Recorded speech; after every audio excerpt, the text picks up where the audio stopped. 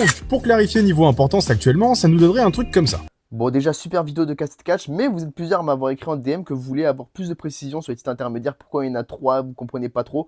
Donc je vais rentrer en détail que cette partie pendant 2 minutes. 30 mars 2020, le monde est confiné, on se fait chier chez nous en dansant comme Jason Derulo, mais il y a AEW qui nous redonne le sourire en annonçant son titre secondaire, le titre TNT qui sera couronné à Double or Nothing. Un tournoi à 8 catcheurs se formant weekly, et la finale était flagrante, Cody qui ne pouvait plus avoir une chance au titre mondial après sa défaite contre Chris Jericho, et Lance Archer, la nouvelle recrue phare de la compagnie. On est le jour J, et Mike Tyson dévoile le design de la ceinture qui n'était pas fini d'être designé, non il y a vraiment pas de blague. Le titre ressemble littéralement à une jante, et c'est Cody qui repart avec l'or, enfin le bout de ferraille. Mais on est en 2022, et nouveau titre intermédiaire, le titre international, un titre représentant le monde entier et se défendant dans les 4 coins du monde. Dis-toi que j'ai vu le titre défendu dans un show à Crystal Palace alors que le champion Orange Cassidy n'était pas du tout prévu dans le show, et depuis l'année dernière, les champions c'était MJF, Will Ospreay, Takeshita et Omega. Donc on te dire qu'avec des noms comme ça se demandait si c'est pas le calibre d'un titre mondial, ou alors juste la mid-card de la WWE est meilleure que la title picture de la WWE. Et de l'autre côté, le titre TNT il est entre les mains de Daniel Garcia et Adam Cole. Le titre du coup il a bien perdu de l'aura et ça se demandait si c'est pas le catcheur avec le pire physique qui sera désigné champion TNT. Et ce titre en plus il est plus souvent montré à Collision, tandis que l'autre titre international est plus souvent montré à Dynamite. Donc le vrai titre secondaire c'est le titre international maintenant. Mais troisième titre en 2023, le titre continental. Il sera couronné dans la Continental Cup, le J1 Climax de la WWE, des phases de groupe où tout le monde s'affronte avec une grande finale remportée pour la première fois par Eddie Kingston qui a battu Jon Moxley, mais qui perdra le titre rapidement contre la nouvelle recrue arrivée du Japon, Kazuchika Okada. Le titre se défend en solo, mais aussi durant le Continental Cup annuel qui a été remporté en 2024 par Okada, donc qui est toujours champion depuis bientôt 500 jours. C'est littéralement le Emilien des 12 coups de midi. Bon après il s'est fait éliminer aujourd'hui donc c'est pas le bon moment de le dire, mais ce titre il est difficilement plaçable, mais pour moi il est au-dessus du titre TNT mais en dessous du titre continental. Mais pour qu'on arrête d'avoir des doutes, les deux titres international et continental vont être unifiés pour faire le titre unifié, oui pas intercontinental c'est logique, entre Okada Omega à All In qu'on streamera évidemment le 12 juillet sur la chaîne de la loi du catch sur Twitch à 19h. Donc là il n'y a plus aucun doute, le titre unifié sera le seul titre secondaire et le titre TNT, bon au moins ils ont fini le design depuis, sera le titre tertiaire.